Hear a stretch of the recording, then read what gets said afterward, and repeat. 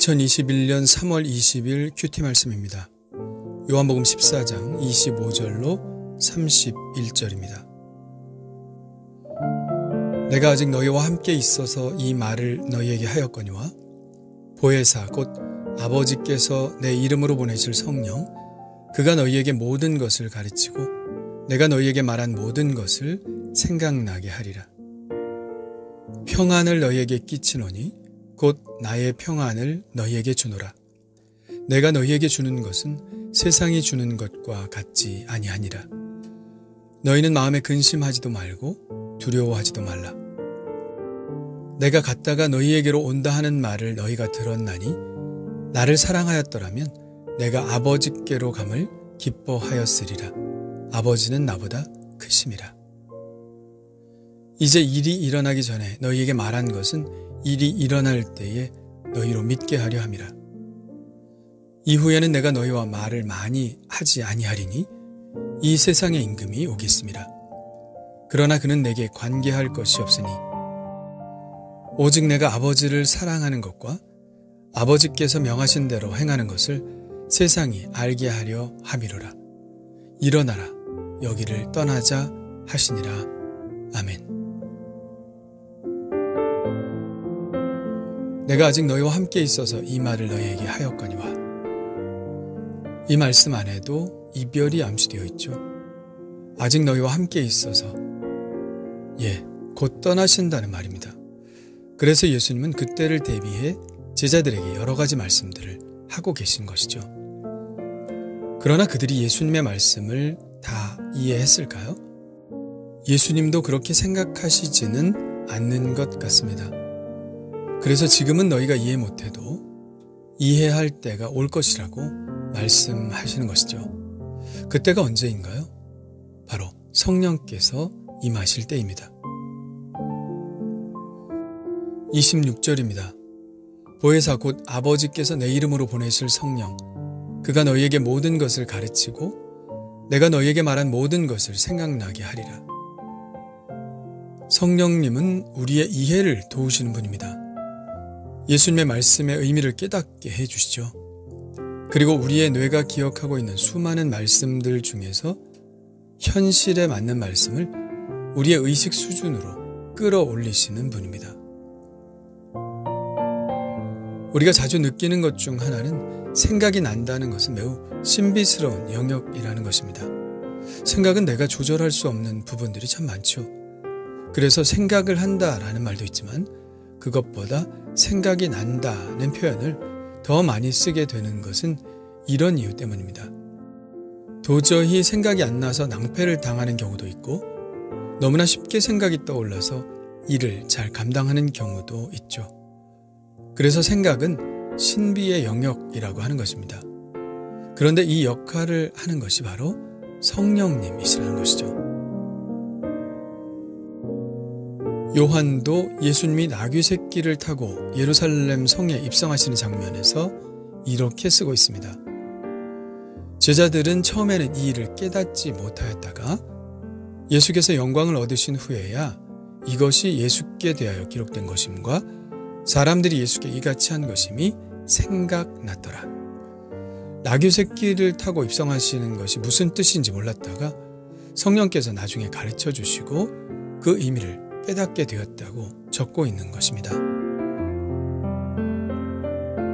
제자들이 성경을 기록한 것도 바로 이런 성령의 역할에 의지한 것입니다. 제자들은 예수님의 말씀을 그 자리에서 받아 적은 것이 아니죠. 후에 기록할 필요가 있다고 느꼈을 때 성령님께서 제자들에게 생각나게 해주신 것들입니다. 그렇게 성령께서 영감을 주심으로 성경을 기록한 것이죠. 그래서 우리는 일단은 깨닫지 못해도 성경을 많이 읽어두어야 합니다. 그 다음은 성령님의 역할에 맡기는 것이죠. 우리가 성경을 많이 읽어두면 성령께서 필요할 때 그 말씀들을 끄집어내어 우리가 의식할 수 있도록 깨닫게 해주십니다. 그럴 때 우리는 성령님이시군요. 감사합니다. 이런 고백을 하게 되고 말씀을 실천하게 되는 것이죠.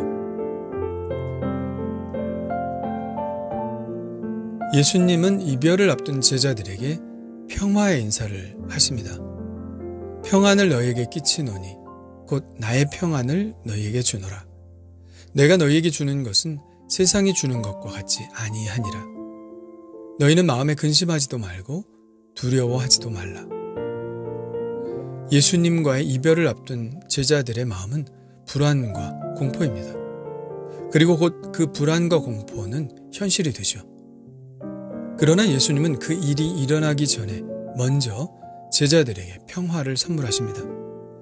무슨 일이 있어도 근심할 것도 없고 두려워할 것도 없다고 말씀하십니다. 그리고 어떤 일이 일어날 것임을 말씀해 주시죠. 불안과 공포는 알지 못하는 것에서 옵니다. 알면 불안과 공포는 사라지죠. 그 불안과 공포를 잠재우기 위해 예수님께서 알려주신 사실은 무엇인가요? 18절입니다. 내가 갔다가 너희에게로 온다 하는 말을 너희가 들었나니 나를 사랑하였더라면 내가 아버지께로 감을 기뻐하였으리라. 아버지는 나보다 크심이라. 이런 말씀이죠. 나는 죽는 것이 아니다. 나는 아버지께로 가는 것이다. 아버지는 나보다 크신 분이니 내가 아버지께로 간다는 것에 대해서 너희는 오히려 기뻐해야 한다. 그리고 나는 반드시 다시 올 것이다. 그러니 마음에 근심하지도 말고 두려워하지도 말라. 이런 뜻이죠. 그러나 아무리 이렇게 말씀을 하셔도 제자들이 지금 느끼는 불안을 완전히 해소할 수는 없겠죠. 그래서 예수님은 이런 말씀을 덧붙이십니다.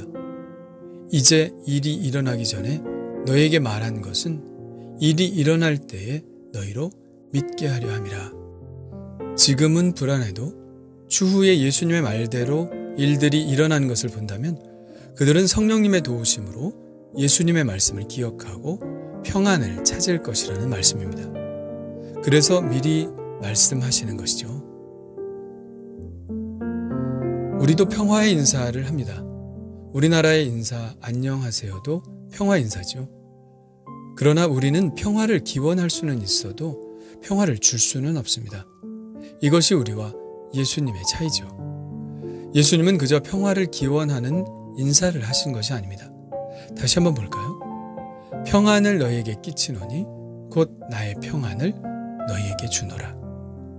예수님은 평안을 우리에게 주실 수 있는 분이라는 것이죠. 예수님 안에 있는 예수님의 평안을 우리에게 주시겠다고 말씀하십니다. 이것은 이미 우리가 보았던 나는 부활이요 생명이니 내가 곧 길이요 진리요 생명이니 이 말씀과 같은 말씀입니다.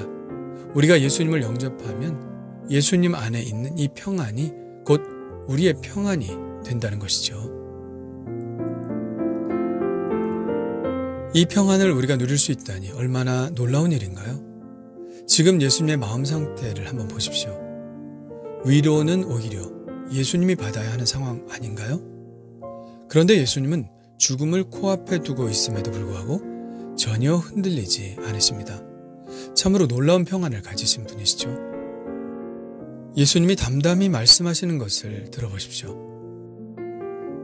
이후에는 내가 너희와 말을 많이 하지 아니하리니 이 세상의 임금이 오겠습니다. 그러나 그는 내게 관계할 것이 없으니 오직 내가 아버지를 사랑하는 것과 아버지께서 명하신 대로 행하는 것을 세상이 알게 하려 함이로라. 이 세상의 임금이란 예수님을 잡아 죽일 수 있는 권세를 말합니다. 대제사장들의 무리일 수도 있고 헤롯일 수도 있고 빌라도일 수도 있습니다. 아니 그 배후에 있는 마귀일 가능성도 있죠. 곧 이 세상의 권세자들이 와서 예수님을 잡을 것입니다. 그러나 예수님은 그는 내게 관계할 것이 없으니 이렇게 말씀하시는데요. 세상 임금이 나에게 할 수 있는 것은 아무것도 없다는 것입니다. 당신이 십자가의 길을 가시는 것은 세상 임금의 계획에 의해서가 아니라는 것이죠. 그저 예수님은 당신이 가야 할 길을 가시는 것뿐입니다. 예수님은 오직 아버지 하나님을 사랑하여 그분의 명령대로 행할 뿐이라는 것이죠.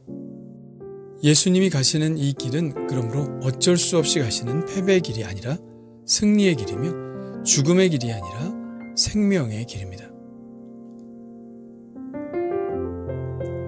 비슷한 예가 창세기에 나오는데요. 요셉이 형들을 만나서 이렇게 말합니다. 당신들이 나를 이곳에 팔았다고 해서 근심하지 마소서. 하나님이 큰 구원으로 당신들의 생명을 보존하고 당신들의 후손을 세상에 두시려고 나를 당신들보다 먼저 보내셨나니 그런즉 나를 이리로 보낸 이는 당신들이 아니요 하나님이시라. 요셉은 하나님의 계획 속에서 움직인 것이지 형들의 계획에 의해서 그렇게 된 것은 아니라는 말씀이죠. 예수님이 하신 말씀과 매우 유사하죠. 예수님이 십자가를 지시는 것은 하나님의 구원 계획에 의해서 이루어지는 것이고 예수님은 그 길을 갈 뿐이지 세상 임금, 세상 권세가 관여할 바가 아니라는 것입니다. 이것이 예수님의 평화의 비결이 아닐까요? 무슨 일을 만나든지 하나님의 계획대로 이루어진다는 믿음. 또 나는 그 어떤 일이 있어도 하나님의 계획 안에서 순종하며 살겠다는 결단. 이것이 바로 예수님 안에 있던 평안의 비결이라 믿습니다. 그래서 예수님은 그 일을 행하기 위해 담대한 걸음을 걸어가시죠. 일어나라, 여기를 떠나자 하시니라. 자, 그렇다면 우리 안에 있는 평안의 비결도 같지 않을까요? 우리가 예수님을 영접했고 예수님이 우리 안에 계시다면 우리는 예수님의 방식대로 생각할 것입니다. 모든 것은 하나님의 계획과 뜻 안에 있고 나는 무슨 일이 있어도 하나님께 순종의 길을 간다. 이렇게 삶을 대한다면 그 안에 평안이 있죠. 그리고 이 평안은 세상이 흔들 수 있는 평안이 아닙니다. 우리가 이렇게 예수님처럼 하나님을 향한 전적인 순종의 길을 간다면 그 누구도 우리 안에 있는 평안을 빼앗아가지 못할 것입니다. 주께서 심지가 견고한 자를 평강하고 평강하도록 지키시리니 이는 그가 주를 신뢰함이니이다. 이 예수님의 평안이 오늘도 제 안에 있음을 믿습니다. 주님 감사합니다. 평화의 왕으로 오셔서 우리와 하나님 사이에 평화를 이루어 주셔서 감사합니다. 이는 주님이 평안이시기 때문입니다. 평안이신 주님, 제 안에 오셔서 모든 근심과 두려움을 물리쳐 주시고 오직 예수 그리스도를 믿는 믿음으로 모든 일에 견고하게 서게 하옵소서. 하나님이 모든 일의 주관자 되심을 믿습니다. 모든 일은 하나님의 뜻대로 이루어지는 줄 믿사오니 사람의 위협에 놀라지 않게 하시고 예수님처럼 오직 하나님의 길을 가게 하옵소서. 예수님의 이름으로 기도합니다.